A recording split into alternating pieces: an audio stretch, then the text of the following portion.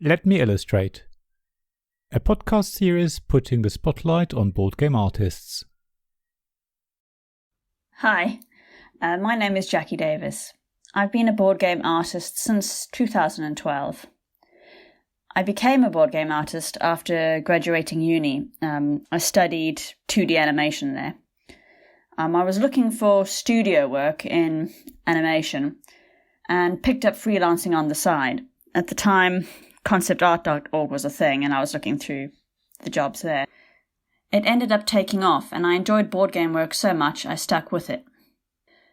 I'd say the art style I'm best known for is a sort of, cartoony Disney-esque sort of style. Nothing too child-orientated, but nothing too serious either. I really enjoy doing character designs. That's what I loved the best of my animation course. So I really like to get a character into things.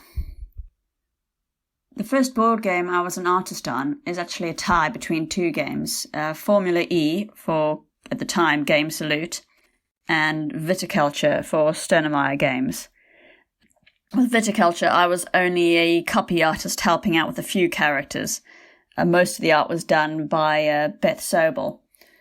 But because I'd worked on that game with Jamie, I ended up working on Euphoria, which again is one of the first games I worked on.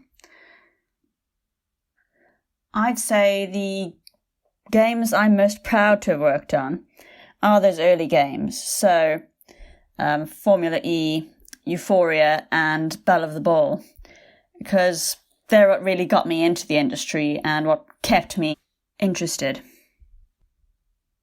I like creating artwork that has a lot of life and a bit of fun in it. And one of my favourite things to do is sort of invent a world for the game if I can. That's why games like Belle of the Ball or more recently Reload for Colossal Games are so much fun, because you're not just doing that particular asset for the game, you're imagining the story behind it.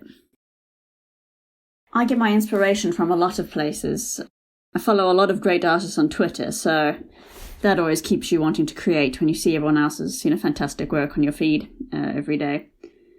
The other thing I'd say I get a lot of inspiration from is history. I'm a big fan of sort of anything medieval or ancient history or prehistory. So I'll often go through different periods for different costume ideas, that sort of thing. For me, the most challenging part of making art for board games specifically is keeping in mind that this game has to be played as well. So envisioning the illustrations with graphic design and layout and playability, keeping that all in mind. I tend to want to just make a pretty illustration that tells a story and have to remind myself that people are going to want to play this game as well.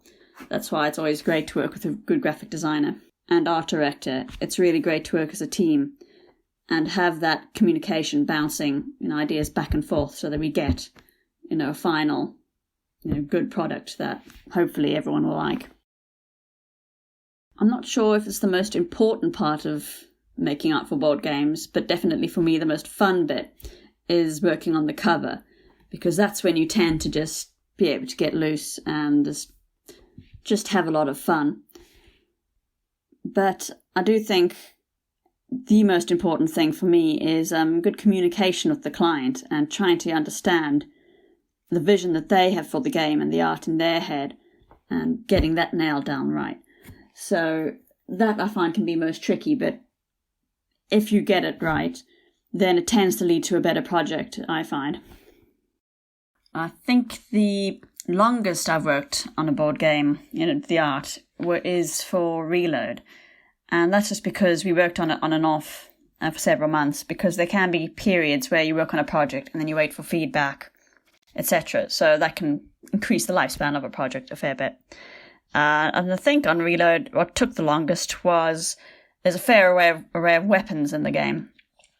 And weapons are not my natural habitat, so I wanted to get them right. So that took a fair bit of back and forth before we were all happy with them.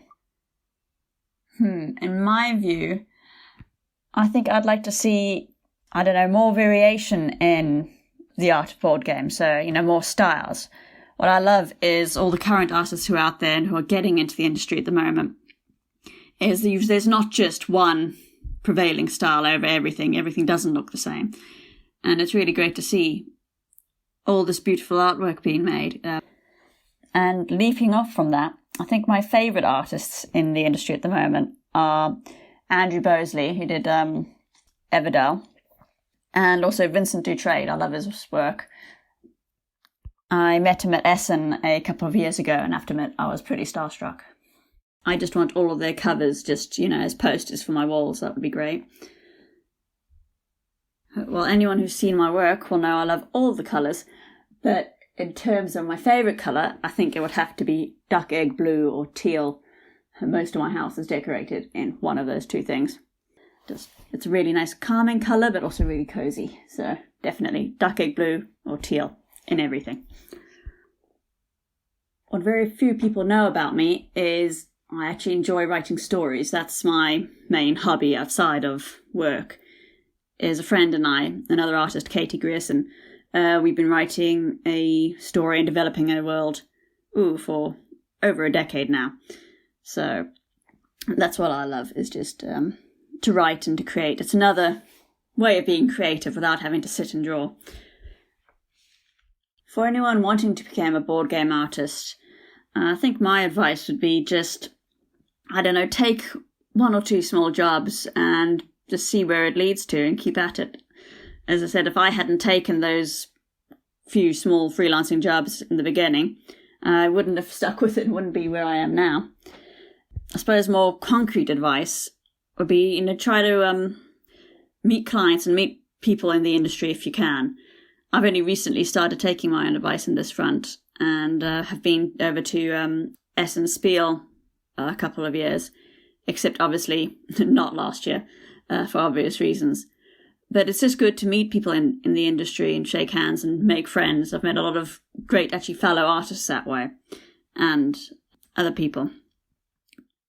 If anyone wanted to get in touch, they can always reach me at my email address, which is logicfairy@gmail.com. Or find me over at Twitter, also, at logicfairy. Or my website, which is nice and easy, JacquiDavis.com. Usually on one of those three things. I'm actually more likely to see emails than I am DMs, if I'm honest. So, yeah, I'm always happy to help out if I can. It's been really fun doing this. I'd like to thank Oliver for the opportunity, and thanks again. This podcast was made possible by the generous help of my Patreon supporters. Royal Patron Sean Newman, Magic Champion Zeb Hicks, Castle Guards David Miller and James Naylor, Dice Masters Alex Bardi, Paul Grogan and Robin Kay, and Shining Lights Gavin Jones, Sarah Reed, Richard Simpson and Tim Vernick.